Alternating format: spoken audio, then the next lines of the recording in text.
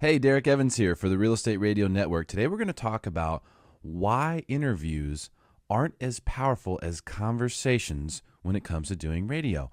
A lot of hosts, especially when they first start, they want to interview a guest. They ask a question, the guest answers, they say, "Wow, that's interesting. How neat." And then they ask another question. The guest answers, they say, "That's pretty cool." That's what they end up doing. That is an interview technically, and that's not interesting. That's not a good interview, by the way, but that's not interesting. What's interesting is if you have a conversation with someone, you say, "Hey, tell us about, you and your service. What is it that you're passionate about the most?"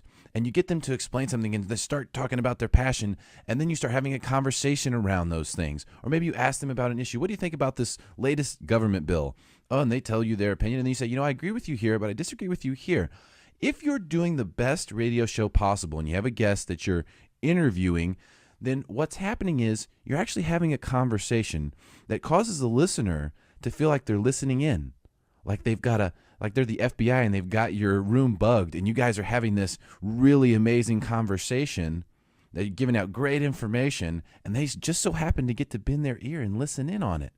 That is when you're having a really good conversation, when people want to listen in because they feel like they're getting something they shouldn't be getting.